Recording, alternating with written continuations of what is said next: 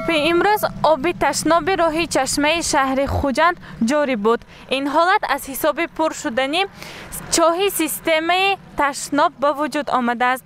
کارمندان آب و کانال در شهر خوجند سریع وقت به جای حادثه آمده کارهای برطرف کنی را ادامه داده ایستادند. این راهی تشناب است و در راه اساسی محله چشمه شهر خوجند به ایست جاری می شود. آب افلاس از چاه تشناب بعد نصف روزی سنه 7 اکتبر این جانب به راه نقلیاتگرد جاری شده بوی غلیظ آن به اطراف پهن می شود.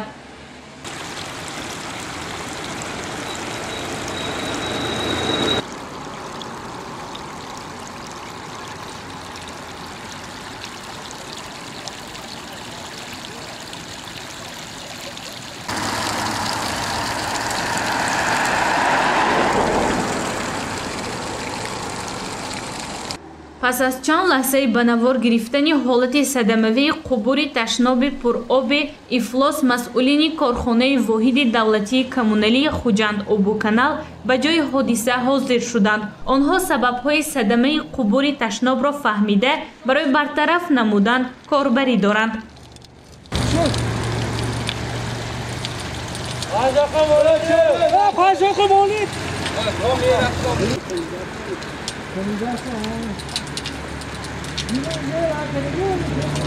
این تراکتور کرده اینجا دیو تکس کرده که نمیدونیم ما کدام ارگانیزاسیون گل کرده پارافتن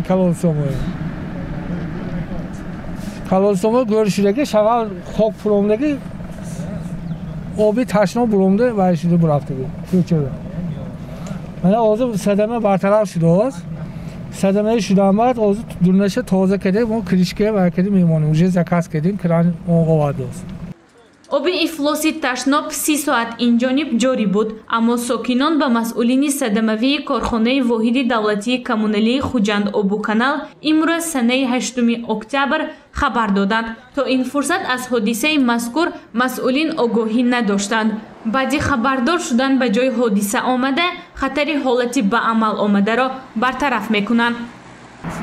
دیسپچیسکه ضبط شد، بچه ها آمدن دیدن و کنن از صدمه برطرف کردیم از دورنش تازه کرده کریشکه میمونیم. این چقدر وقت میگیره؟ چقدر ما باید نیم ساعت میشدیم. باش برافت اوجه. حادثه برطرف شد، اما بوی غلیظ آن که علاقه اطراف را پهن کرده بود هنوز باقی است. گزارش گنجینه عالم و نعیم جان ایوبوف برای برنامه اطلاعاتی خبر. What's up?